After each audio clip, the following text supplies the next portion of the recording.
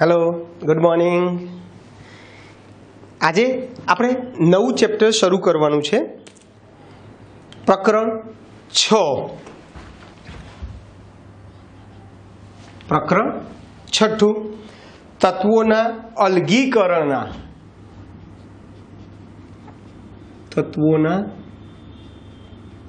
અલગીકરણના સામાન્ય સિદ્ધાંતો અને પ્રક્રમો.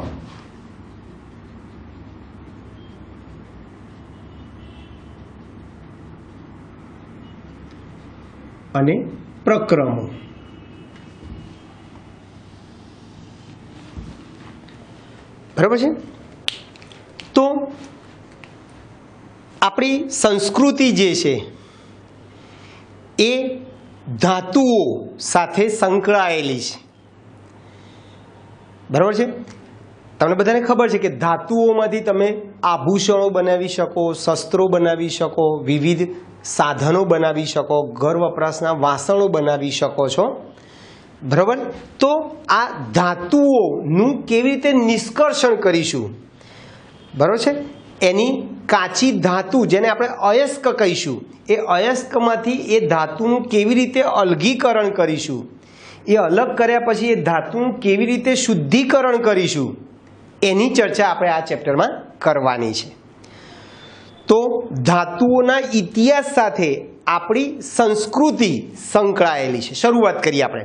ધાતુઓના ઇતિહાસ સાથે આપણી સંસ્કૃતિ સંકળાયેલી છે.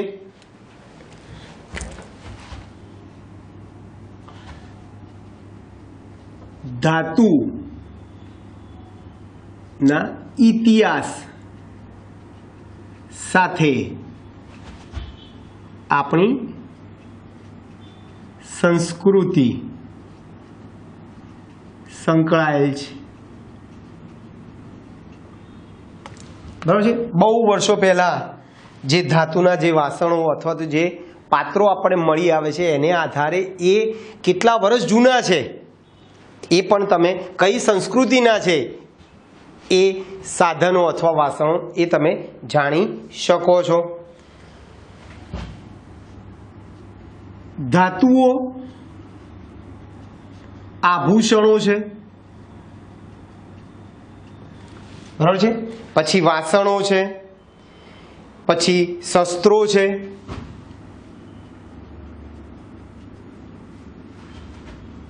સાધનો તથા વાસણો બનાવવા થાય છે. ધાતુઓ આભૂષણો, શસ્ત્રો, સાધનો તથા વાસણો બનાવવા માટે એનો ઉપયોગ થાય છે. પ્રાચીન ધાતુઓ 7 છે. પ્રાચીન ધાતુઓ કેટલી છે ભાઈ? 7 છે. પ્રાચીન નમૂનાની ધાતુ એવું કહીએ આપણે. પ્રાચીન નમૂનાની 7 ધાતુઓ.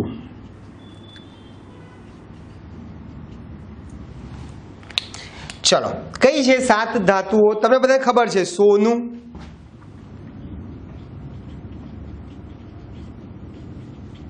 ચાંદી, કલાઈ, તાંબુ,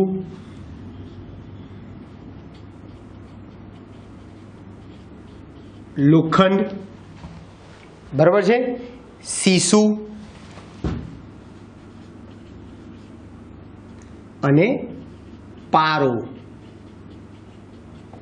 આ છે 7 જે ધાતુ જે છે જે પ્રાચીન નમૂનાઓની ધાતુ તરીકે આપણે ઓળખીએ છીએ. કઈ છે ભાઈ?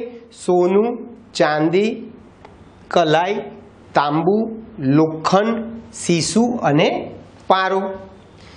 જેમ જેમ સમય જતો ગયો એમ એમ આધુનિક ધાતુ કર્મ વિધિનો વિકાસ થતો ગયો. એટલે જેમ જેમ સમય જાય છે એમ એમ વધુ સરળતાથી આપણે પૃથ્વીના પેટાળમાંથી જે આપણને ખનિજો મળે છે એ ખનિજોમાંથી આપણે બહુ સરળતાથી ધાતુઓને આપણે અલગ કરતા ગયા. એટલે જેમ જેમ સમય જતો ગયો એમ એમ આધુનિક ધાતુ કર્મનો વિકાસ થતો ગયો. જેમ જેમ સમય ગયો તેમ આધુનિક ધાતુ કર્મ વિધિનો વિકાસ થયો. સૌપ્રથમ બલુચિસ્તાનના મેગઢ માંથી 600 BCE વખતે કોપરનો મણકો મળેલો. બરોબર છે? 600 BCE વખતે બલુચિસ્તાનના મેગઢ વિસ્તારમાંથી આપણને તાંબાનો મણકો મળેલો.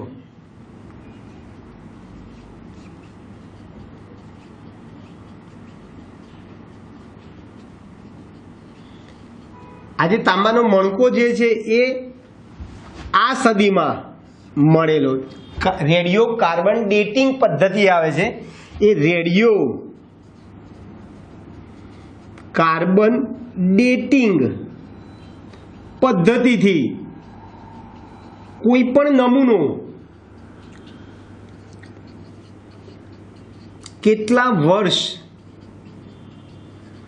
જૂનો છે તે જાણી શકાય છે. અત્યારે પણ ખોદકામ દરમિયાન આપણને જે પ્રાચીન મૂર્તિઓ કે વસ્તુઓ મળે છે એ મૂર્તિઓ કે વસ્તુઓ કેટલા વર્ષ જૂની છે અથવા તો કઈ સંસ્કૃતિની એ છે એ તમે જાણી શકો છો. બરોબર છે? આવા તામ્રપત્રો તમને ખબર છે બધા રાજવીઓ તામ્રપત્રનો ઉપયોગ કરતા હતા. સૌપ્રથમ તામ્રપત્રનો ઉપયોગ મૌર્ય સમયનો દસ્તાવેજ છે. સૌપ્રથમ આજે તામ્રપત્ર જે છે બરાબર, તામ્રપત્રનો ઉપયોગ મૌર્ય સમયનો દસ્તાવેજ છે. એટલે સૌપ્રથમ તામ્રપત્ર ઉપર દસ્તાવેજ કોણે લખેલો? મૌર્ય સમયના રાજાઓએ.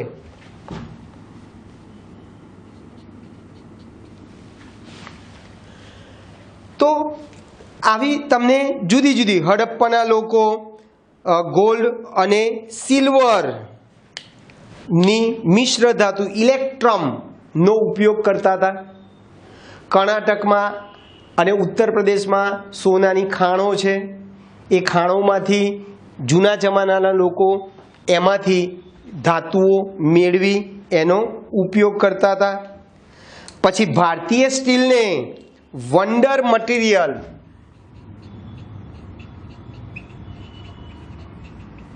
ભારતીય સ્ટીલને વંડર મટીરિયલ ઓફ ઓરિયન્ટ તરીકે ઓળખાતું હતું.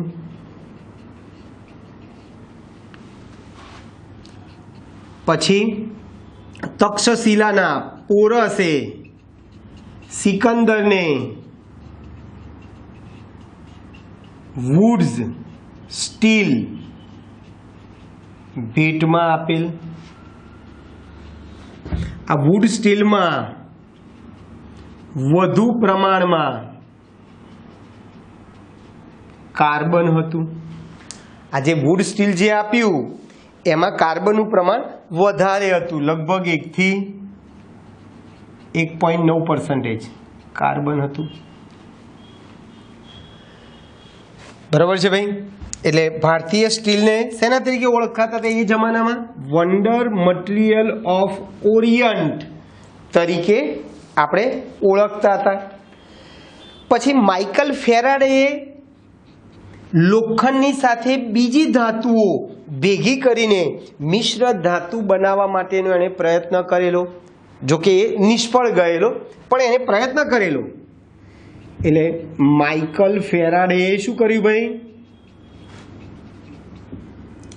એફી સાથે બીજી ધાતુઓ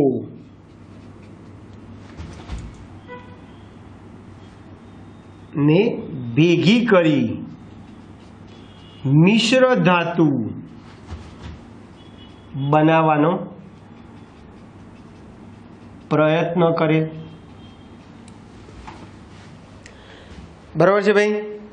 પછી એ જમાનામાં જે લોખંડની ખનિજ જે હતી એ લોખંડની અયસ્ક એટલે શું હમણાં કહું છું, કાચી ધાતુ છે. એ લોખંડની અયસ્કને ચારકોલ વડે રિડક્શન કરીને જે લોખંડ મેળવેલું, જેને છિદ્રાળુ લોખંડના ચોસલા તરીકે ઓળખતા હતા, એટલે લોખંડની અયસ્કને ચારકોલ વડે રિડક્શન કરી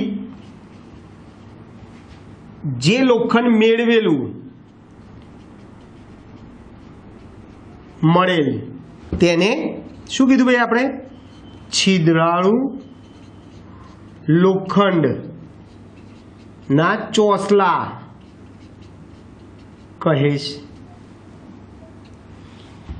એટલે લોખંડની અયસ્કને ચારકોલ વડે રિડક્શન કર્યું અને પછી જે લોખંડ મળ્યું એને છિદ્રાળુ લોખંડના ચોસલા કહીશું. આ લોખંડની છિદ્રાળુતા દૂર કરીને જે લોખંડ મેળવ્યું તેને ગળતર લોખંડ કહીશું.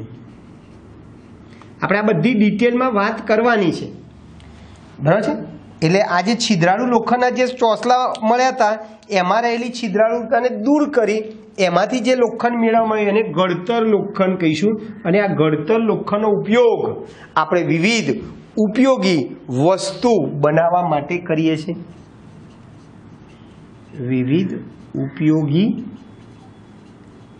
વસ્તુ બનાવવા માટે થાય છે. આવા ગળતર લોખંડનો ઉપયોગ આપણે ક્યાં કરીશું ભાઈ? વિવિધ ઉપયોગી વસ્તુઓ બનાવવા માટે કરીશું. ગળતર લોખંડ, બરાબર છે? પછી ગળતર લોખંડનું જાણીતું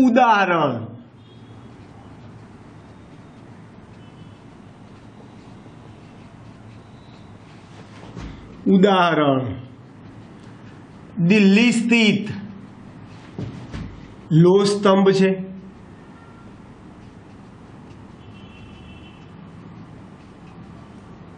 નામ તો બધા સાંભળ્યું છે, બરાબર છે? તો એ જે લોહ સ્તંભ જે છે એ ગળતર લોખંડમાંથી બનેલું છે. આને હજુ સુધી કાટ લાગેલ નથી. લોહ સ્તંભ જે છે એ લોખંડનું બનેલું છે, ગળતર લોખંડનું બનેલું છે, એને હજુ સુધી કાટ લાગ્યો નથી. કેમ ભાઈ? તો કે ભાઈ એની અંદર લોખંડ ઉપરાંત,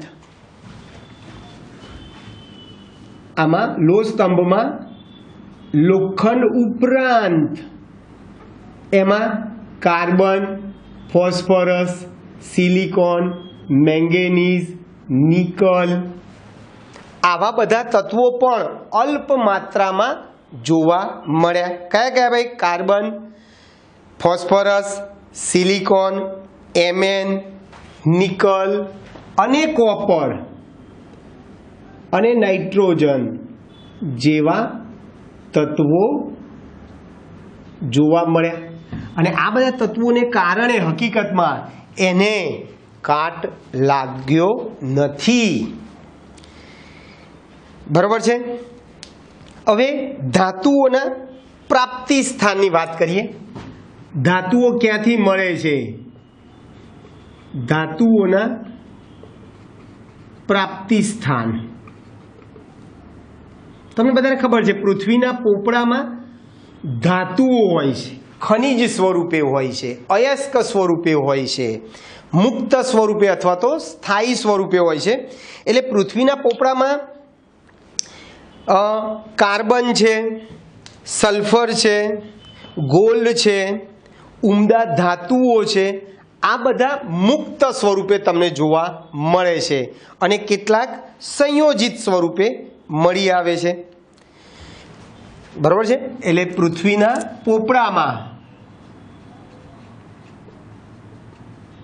પોપડામાં કોણ ભાઈ? કાર્બન, સલ્ફર, સોનું, ઉમદા વાયુઓ, આ બધા કયા સ્વરૂપે જોવા મળે છે? મુક્ત સ્વરૂપે જોવા મળે છે. જ્યારે કેટલાક સંયોજિત સ્વરૂપે જોવા મળે છે. દાખલા કે લોખંડ હોય તો લોખંડ એના ઓક્સાઇડ સ્વરૂપમાં અથવા સલ્ફાઇડ સ્વરૂપમાં તમને જોવા મળે. બરાબર છે. લોખંડ છે, કોપર છે, એલ્યુમિનિયમ છે, ઝીંક છે, આ બધા તમને કયા સ્વરૂપે જોવા મળે ભાઈ? સંયોજિત સ્વરૂપે, એની ખનિજ સ્વરૂપે જોવા મળે છે. હવે આ પૃથ્વીના પોપડામાં મળતી ધાતુઓમાં બીજા ક્રમે લોખંડ અને ત્રીજા ક્રમે Al હોય છે. વજનથી ટકાવારી પ્રમાણમાં. બરાબર છે. એટલે પૃથ્વીના પોપડામાં સૌથી વધારે પ્રમાણમાં કોઈ ધાતુ મળે વજનથી. બરાબર છે.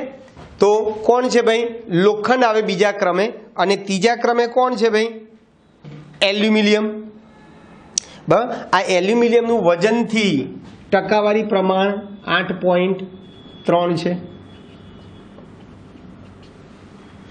આ એફીનો વિવિધ ક્ષેત્રે ઉપયોગ થાય છે. આ એલ્યુમિનિયમ જે છે, એલ્યુમિના Al2O3 નું અશુદ્ધ સ્વરૂપ છે. બરાબર છે. એટલે કેટલાક જેમસ્ટોન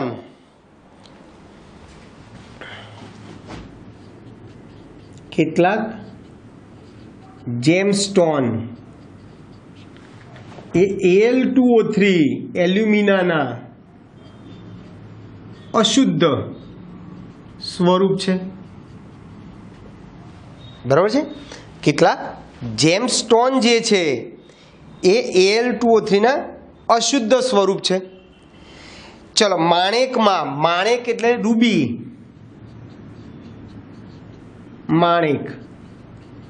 રૂબીમાં Cr ની અશુદ્ધિ હોય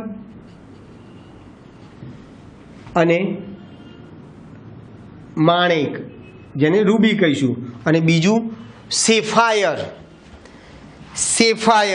જેને આપણે નીલમ કહીશું.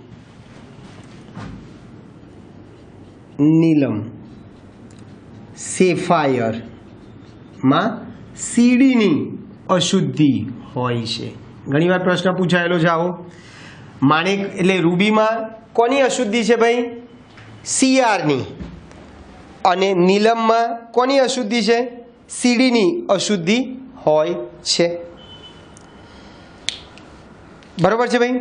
હવે આ ખનિજ અને અયસ્ક વચ્ચેનો ભેદ શું છે?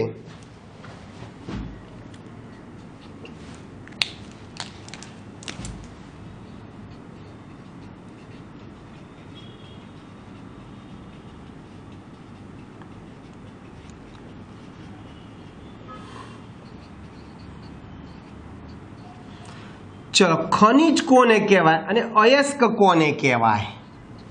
તો હમણાં જ આપણે કીધું કે ભાઈ પૃથ્વીના પોપડામાં પૃથ્વીના પેટાળમાં જે ખનિજો જે છે એ સ્થાયી સ્વરૂપે હોય છે. પૃથ્વીના પોપડામાં મળતા પદાર્થોમાં ધાતુઓના સંયોજનો સ્થાયી સ્વરૂપમાં હોય છે. આવા ધાતુના સંયોજનોને આપણે ખનિજ કહીશું. પૃથ્વીના પોપડામાં શું કીધું ભાઈ ફરીથી? પૃથ્વીના પોપડામાં મળતા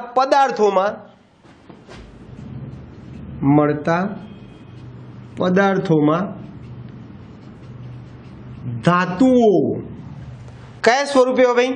સ્થાયી સ્વરૂપે હોય છે. ધાતુઓના સંયોજનો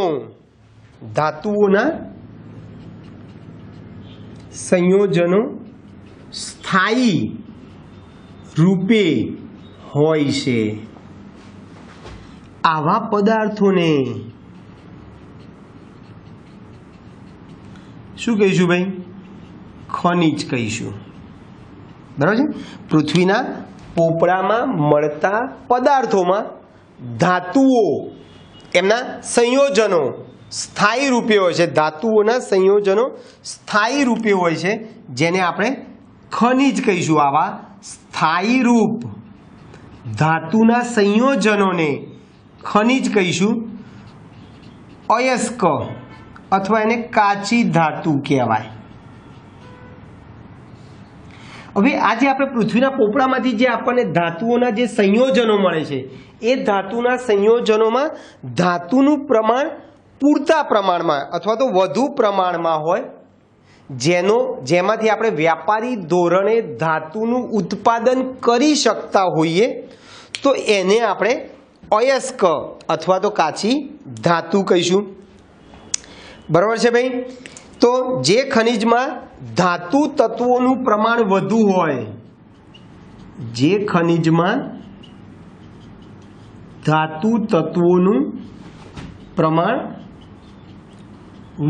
હોય, અને તેને વ્યાપારી ધોરણે મેળવી શકાતું હોય, તો તેવી ખનિજને અયસ્ક અથવા કાચી ધાતુ અથવા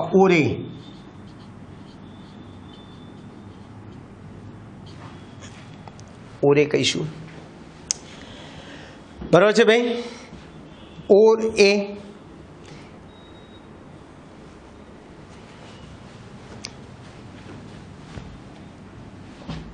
મેળવી શકાતી હોય. તો સાવ સિમ્પલ છે. ફરીથી બોલું છું, જે ખનિજ જે છે એ પૃથ્વીના પોપડામાં પૃથ્વીના પેટાળમાં ધાતુઓના સંયોજન સ્વરૂપે સ્થાયી થયેલ હોય છે, એને ખનિજ કહીશું. અને એ ખનિજમાંથી જો ધાતુઓ વધુ પ્રમાણમાં મળતી હોય, બરાબર છે, જે ખનિજમાં ધાતુઓ વધુ પ્રમાણમાં હોય એનું વ્યાપારી ધોરણે એને આપણે મેળવી શકતા હોઈએ, બરાબર છે, ખનિજમાંથી ધાતુને, તો એવી ખનિજને આપણે અયસ્ક અથવા તો કાચી ધાતુ કહીશું. બરાબર છે ભાઈ? હવે કેટલીક ધાતુઓના અયસ્કો આપેલા છે. ધાતુઓ જે જુદી જુદી છે, દાખલા તરીકે એલ્યુમિનિયમ છે, Fe છે, કોપર છે, Zn છે, આવી બધી ધાતુઓના અયસ્કો, એના અણુસૂત્રો આપણે લખીએ. ચલો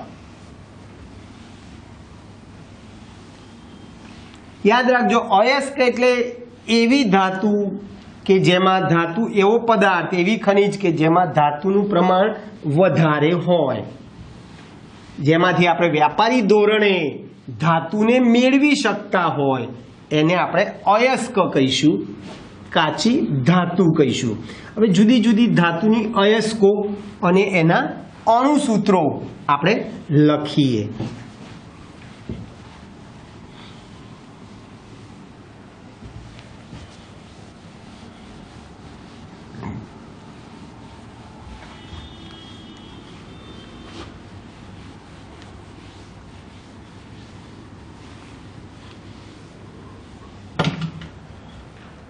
ચાલો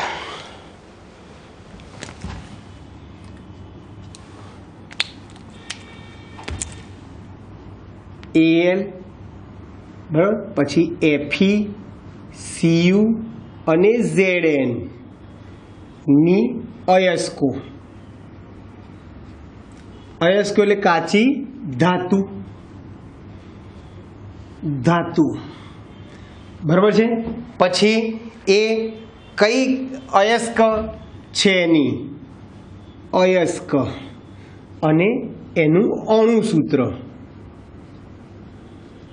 અથવા સંગઠન.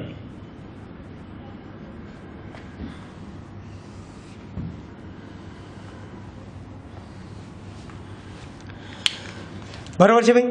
ચાલો શરૂઆત કરીએ આપણે પહેલા Al થી. એલ્યુમિનિયમ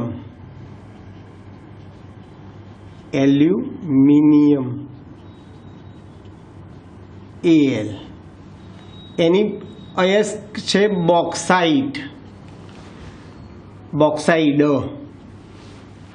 બરાબર છે, બોક્સાઇટ. ચાલો તો એલ્યુમિનિયમની ખનિજ છે બોક્સાઇટ, Al2O3 × XH2O. આ પહેલી છે એની બોક્સાઇટ. પછી બીજું છે કેઓલિનાઇટ.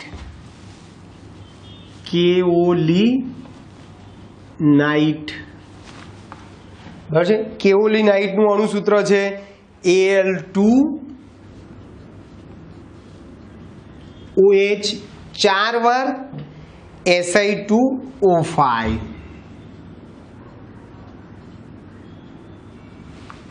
તો આ થઈ ગયા તમારા એલ્યુમિનિયમની કાચી ધાતુ અને એના અણુસૂત્રો. ચલો બીજા નંબરે આવે છે Fe, આયર્ન.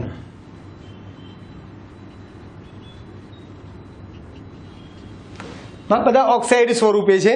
હેમેટાઇટ,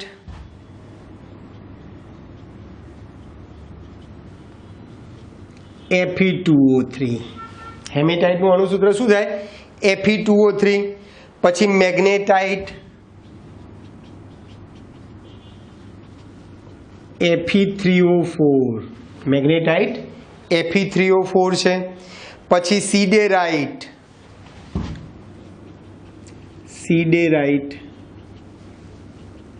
FeCO3 અને આયર્ન પાયરાઇટ્સ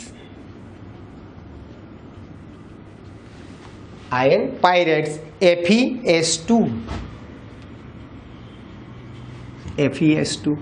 તો આ ચાર આયર્નની છે. પછી કોપરની પહેલી છે કોપર પાયરાઇટ્સ.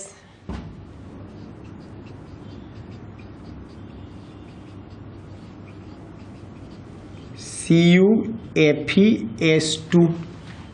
શું છે અણુસૂત્ર ભાઈ? CuFeS2. પછી ક્યુપ્રાઇટ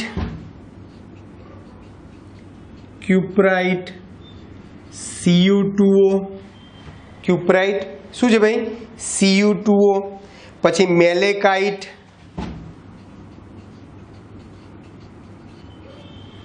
CuCO3 CuOH twice. મેલેકાઇટ છે. Copper Glance Cu2S.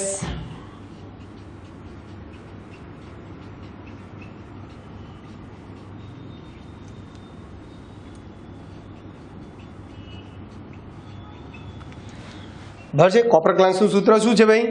Cu2S છે. ચલો પછી આવે ઝિંક.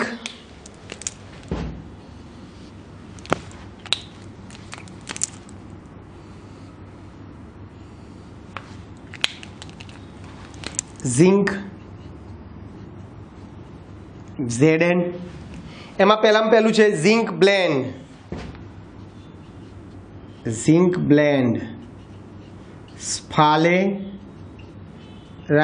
સ્ફાલેરાઇટ પણ કહેવાય, ZNS. બરાબર છે, સ્ફાલેરાઇટ. પછી કેલેમાઇન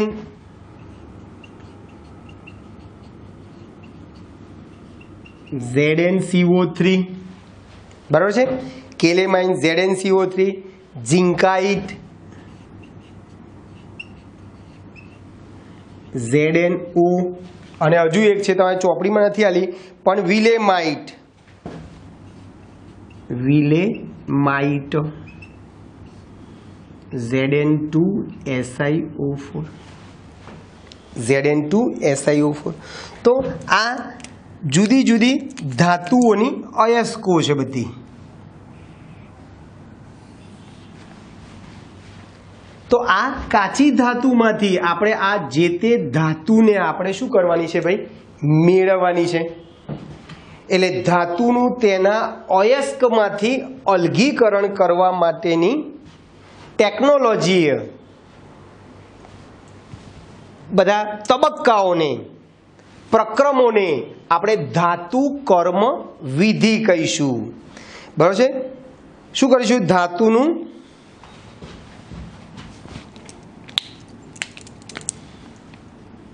ધાતુનું તેની અયસ્કમાંથી, ધાતુ જે છે એને આપણે એની અયસ્કમાંથી અલગીકરણ કરવા માટેની, ધાતુને તેની અયસ્કમાંથી અલગીકરણ કરવા માટેની વૈજ્ઞાનિક અને ટેકનોલોજીએ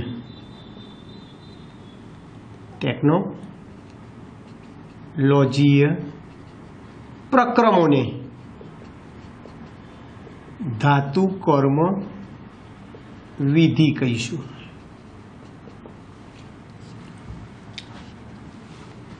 બરાબર. એટલે અયસ્કમાંથી કેવી રીતે ધાતુ મળે છે એના જે તબક્કા જે છે કે ભાઈ પહેલાં ધાતુમાંથી એટલે કાચી ધાતુનું સંકેન્દ્રીકરણ કરો, એ સંકેન્દ્રીકરણ કર્યા પછી એને ઓક્સાઇડમાં ફેરવો, એ ઓક્સાઇડમાં ફેરવ્યા પછી એનું રિડક્શન કરો, ધાતુ મળે, એ ધાતુનું શુદ્ધિકરણ કરો. તો આ જે સ્ટેપ બાય સ્ટેપ જે તબક્કા જાય છે એને આપણે ધાતુ કર્મ વિધિ કહીશું. શું કહીશું ભાઈ? ધાતુ કર્મ વિધિ. પછી આ રીતે, એટલે આ કયા તબક્કા આવે ભાઈ? હમણાં કીધું એ પ્રમાણે અયસ્કમનું સંકેન્દ્રણ કરો,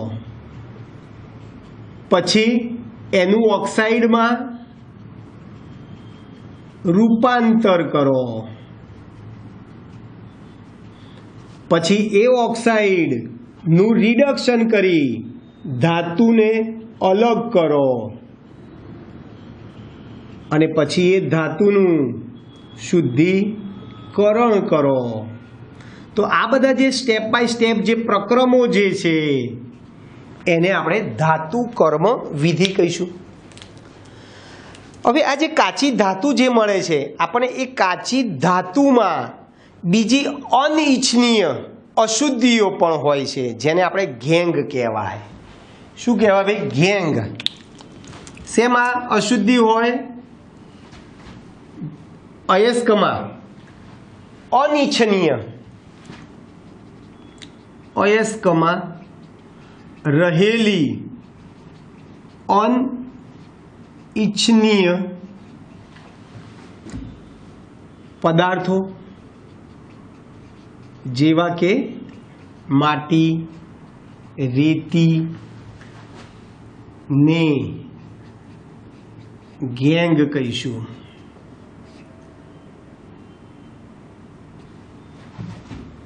પદાર્થો, બરાબર, અનિચ્છનીય અશુદ્ધિઓ, એમ ને,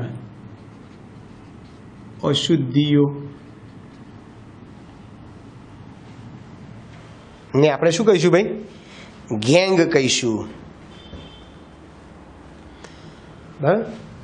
અનિચ્છનીય અથવા ભૂમિય પદાર્થો, આ બધા ભૂમિય પદાર્થો છે. એટલે આપણે આ રીતે લખીએ. ચલો આખી વ્યાખ્યા ચોપડી પ્રમાણે લખીએ તો અનિચ્છનીય પદાર્થો અને ભૂમિય પદાર્થો. ભૂમિય પદાર્થો એટલે રેતી, માટીને આપણે શું કહીશું ભાઈ? ગેંગ કહીશું. એટલે અયસ્કમાં રહેલી અશુદ્ધિઓને, ટૂંકમાં ભૂમિય પદાર્થોને આપણે શેના તરીકે ઓળખીશું ભાઈ? ગેંગ તરીકે ઓળખીશું. હવે આપણે આ અયસ્કમાંથી ધાતુનું નિષ્કર્ષણ, અયસ્કમાંથી ધાતુનું નિષ્કર્ષણ અને અલગીકરણ,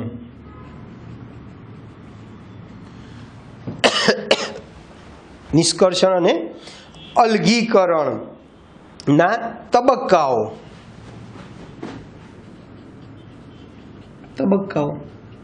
જે ઓલરેડી મેં ઉપર તમને લખી દીધા છે. બરાબર છે? આ જે તબક્કાઓ જે છે, બરાબર છે, એને ભેગા કરી દો, ક્રમમાં ગોઠવી દો, તો એને ધાતુ કર્મ વિધિ કહીશું આપણે. તો ચલો પહેલા તબક્કામાં શું કરીશું ભાઈ? આપણે અયસ્કનું સંકેન્દ્રણ કરીશું. અયસ્કનું સંકેન્દ્રણ. જો યાદ રાખો, સંકેન્દ્રનો અર્થ શું થાય ભાઈ? ધાતુનું પ્રમાણ વધારવાનું છે. ધાતુનું પ્રમાણ કેવી રીતે વધારવાનું? તો કે ભાઈ એમાં જે કંઈ અશુદ્ધિઓ હતી એ બધી અશુદ્ધિને આપણે ધીમે ધીમે શું કરવાની છે ભાઈ? દૂર કરવાની છે. બરાબર છે? એટલે અશુદ્ધિઓને તમે દૂર કરશો તો સ્વાભાવિક છે કે ભાઈ એમાં ધાતુનું પ્રમાણ વધશે, જેને આપણે અયસ્કનું શું કહીશું ભાઈ? સંકેન્દ્રણ કહીશું. પછી સંકેન્દ્રિત અયસ્કમાંથી, સંકેન્દ્રિત અયસ્કમાંથી ધાતુનું અલગીકરણ કરીશું. ધાતુને આપણે શું કરીશું ભાઈ? અલગ કરીશું. જે સંકેન્દ્રિત અયસ્ક મળી એમાંથી ધાતુને અલગ કરીશું અને પછી એ અલગ કર્યા પછી ધાતુનું શું કરીશું ભાઈ? શુદ્ધિકરણ.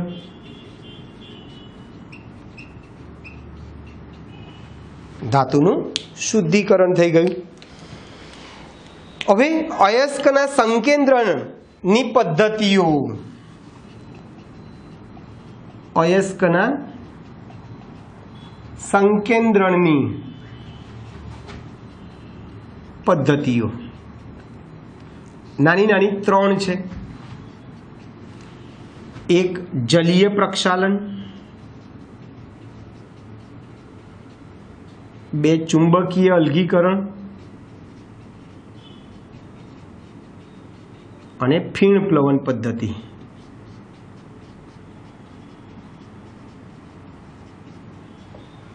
બરાબર છે? તો આપણે અયસ્કના સંકેન્દ્રણ માટેની 3 પદ્ધતિઓ છે: જલીય પ્રક્ષાલન, ચુંબકીય અલગીકરણ અને ફીણ પ્લવન પદ્ધતિ. એમાંની આપણે જલીય પ્રક્ષાલનની શરૂઆત કરીએ. આપણે જલીય પ્રક્ષાલન, ચલો શરૂઆત કરીએ. તો કે ભાઈ આ પદ્ધતિ અયસ્કની અને ગેંગ, આ પદ્ધતિ અયસ્કની અને ગેંગ ના કણોની ઘનતા ના તફાવત ઉપર આધારિત છે. અયસ્ક એટલે કાચી ધાતુ અને ગેંગ એટલે એમાં રહેલી અશુદ્ધિ, એમના કણોની ઘનતાના તફાવત ઉપર આધારિત છે. ચલો આ પદ્ધતિમાં શું કરીશું? એકચ્યુઅલી તમને બધાને ખબર છે, બોલો, જેની ઘનતા વધારે એ બધા કણો ક્યાં બેસે? નીચે. જેની ઘનતા ઓછી હોય એ બધા કણો ઉપર રહે. હવે શું કરવાનું? સપોઝ કે બરાબર જોઈએ, આ ઉપર પાણીનો ફ્લો જઈ રહ્યો છે, પ્રવાહ જઈ રહ્યો છે. હવે એની ઉપર હું કાચી ધાતુનો ભૂકો પાથરું નાખું છું. જોજો તો શું થશે? એ જે ઉપર જે પાણીનો પ્રવાહ જાય છે એમાં જે કાચી ધાતુમાં જેની ઘનતા ઓછી છે, જે વજનમાં ઓછા છે, દળ ઓછું ધરાવે છે, એવા કણો પેલા પાણીના પ્રવાહ સાથે જતા રહેશે અને નીચે જેના કણો વજનમાં ભારે છે એવી ગેંગના કણો શું થઈ જશે ભાઈ? નીચે બેસી જશે. બે રીતે, 2 ચોઈસ છે ભાઈ. સપોઝ કે ગેંગના કણોનું વજન ઓછું છે તો એ પેલા પાણીના પ્રવાહ સાથે જતા રહેશે, તો નીચે કોણ રહેશે?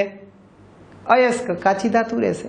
એટલે તમે ગેંગ અને અશુદ્ધિને શું કર્યું ભાઈ, એના ઘનતાને આધારે બંનેને શું કરી દીધું, અલગ કરી દીધું. અશુદ્ધિઓ જતી રહી, પરિણામે કાચી ધાતુનું પ્રમાણ વધી ગયું, જેને આપણે સંકેન્દ્રીકરણ કહીએ છીએ આપણે. એટલે આ પદ્ધતિમાં શું કરીશું ભાઈ,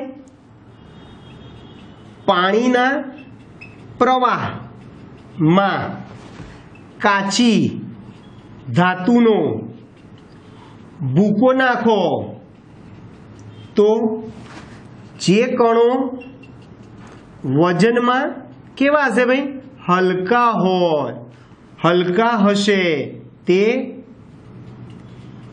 પાણીના પ્રવાહ સાથે દૂર થશે અને ભારે કણો પાત્રને તળિયે જમા થશે.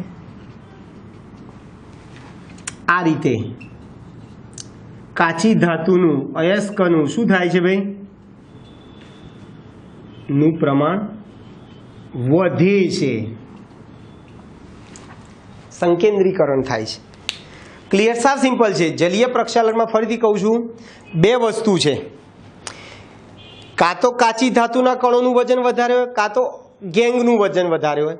જે કણોનું વજન ઓછું હોય એ પેલા પાણીના પ્રવાહ સાથે જતું રહેશે, જેનું વજન વધારે હશે એ નીચે બેસી જશે. એટલે ગેંગના કણો અને ખનિજ અયસ્કના કણોને તમે શું કરો છો ભાઈ, અલગ કરો છો, અથવા તો ગેંગને અશુદ્ધિને તમે શું કરો છો ભાઈ, દૂર કરો છો, જેને આપણે જલીય પ્રક્ષાલન કહીશું. હવે બીજું જે છે ચુંબકીય અલગીકરણ.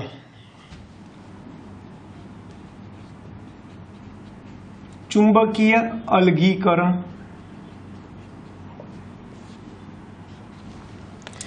ચલો, આ ચુંબકીય અલગીકરણ પદ્ધતિ કોના માટે વપરાય, તો કે ભાઈ જે ચુંબક વડે આકર્ષાય છે એવી ધાતુઓ માટે આ પદ્ધતિ વપરાય છે. બરોબર છે ભાઈ. એટલે અયસ્કના ચુંબકીય ગુણધર્મ, અયસ્કના ચુંબકીય ગુણધર્મના તફાવત ઉપર આધારિત છે. આ પદ્ધતિ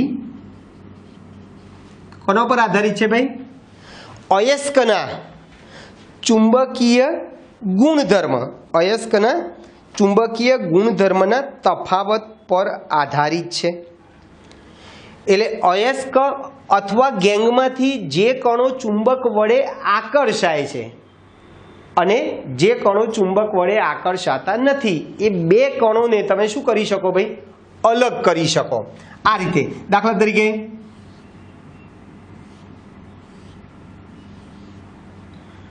આ ચુંબકીય રોલર છે, બરાબર છે. અહીંયા દળેલી અયસ્ક છે, કાચી ધાતુ છે. અહીંયાથી આ કાચી ધાતુ દળેલી અહીંયા નાખવામાં આવે છે. આ ચુંબક છે, ચુંબકનું રોલર છે. હવે શું કરીશું ભાઈ, અહીંયાથી દળેલી કાચી ધાતુ કઈ ચુંબક વડે આકર્ષાતી અથવા તો ભેગી ગેંગ જે છે એને તમે અહીંયાથી નાખો. આ પટ્ટો છે એટલે શું થશે ભાઈ, આ લોખંડ વડે જે ધાતુ આકર્ષાશે એ બધી ધાતુ અહીંયા રોલરની નજીક અહીંયા બધી પડશે. એટલે આ બધા ચુંબકીય કણો ધરાવતી અયસ્ક અહીંયા પડશે અને જે ચુંબક વડે આકર્ષાતા નથી એ ચુંબકથી દૂર અહીંયા બધી જમા થઈ જશે. આ બિન ચુંબકીય કણો છે, બિન ચુંબકીય કણો છે. સાવ સિમ્પલ છે, બરાબર છે. એટલે બિન ચુંબકીય કણો જે છે, બિન ચુંબકીય કણો એ રોલરથી દૂર પડે છે, કારણ કે એને ચુંબક માટે આકર્ષણ નથી. જ્યારે ચુંબકીય કણો એ રોલરની નજીક પડે છે, બરાબર, રોલરની નજીક પડે છે. બરાબર છે ભાઈ. એટલે તમને આવું બી પૂછાય છે કે ભાઈ કઈ અયસ્કોને ચુંબકીય અલગીકરણથી છૂટી પાડી શકાય છે. આ લખાણ સંબંધિત પ્રશ્ન છે. તો કઈ ધાતુઓને, કઈ અયસ્કોને તમે ચુંબકીય અલગીકરણ વડે છૂટી પાડી શકાય? તો કે ભાઈ જેની અંદર લોખંડ હોય, જે ચુંબક વડે શું થાય ભાઈ, આકર્ષાય છે, એવી ધાતુઓને તમે ચુંબકીય અલગીકરણથી અલગ પાડી શકો. આ બધી લોખંડની જે ધાતુઓ જે છે બધી હેમેટાઇટ, મેગ્નેટાઇટ, સિડેરાઇટ અને આયર્ન પાયરાઇટ્સ,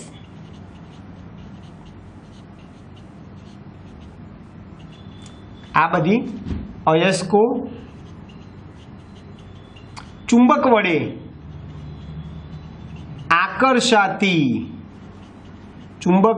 આકર્ષાતી હોવાથી તેમને ચુંબકીય અલગીકરણથી છૂટી પાડી શકાય. બરાબર છે. જે ચુંબક વડે આકર્ષાય છે એને આપણે ચુંબકીય અલગીકરણ પદ્ધતિથી અલગ પાડવું હોય તો પાડી શકીએ છીએ. ક્લિયર દોસ્તો? તો બરાબર યાદ રાખજો, ચુંબકીય અલગીકરણમાં શું કરશો ભાઈ તમે? સાવ સિમ્પલ. ચુંબકીય અલગીકરણમાં સપોઝ કે અયસ્કમાં અથવા કાચી ધાતુમાં લોખંડના કણો છે અને લોખંડ સિવાયના કણો છે. તો આવી કાચી ધાતુનો ભૂકો કરીશું અને એને આકૃતિમાં દર્શાવ્યા મુજબ રોલર પટ્ટા ઉપર એ દળેલી અયસ્કને આપણે નાખીશું. તો એ અયસ્કમાં જે ચુંબકીય કણો જે છે, બરાબર છે, એ બધા ચુંબકીય કણો આ રોલરની નજીક પડશે અને જે ચુંબકીય કણો નથી, બરાબર છે, ચુંબકીય ક્ષેત્ર વડે આકર્ષાતા નથી, બિનચુંબકીય કણો જે છે એ રોલરથી દૂર પડે છે. ટૂંકમાં ચુંબકીય અલગીકરણ પદ્ધતિ કોના માટે વપરાય છે? જે ધાતુઓ ચુંબક વડે આકર્ષાય છે એવી ધાતુઓ માટે ચુંબકીય અલગીકરણ પદ્ધતિ વપરાય છે.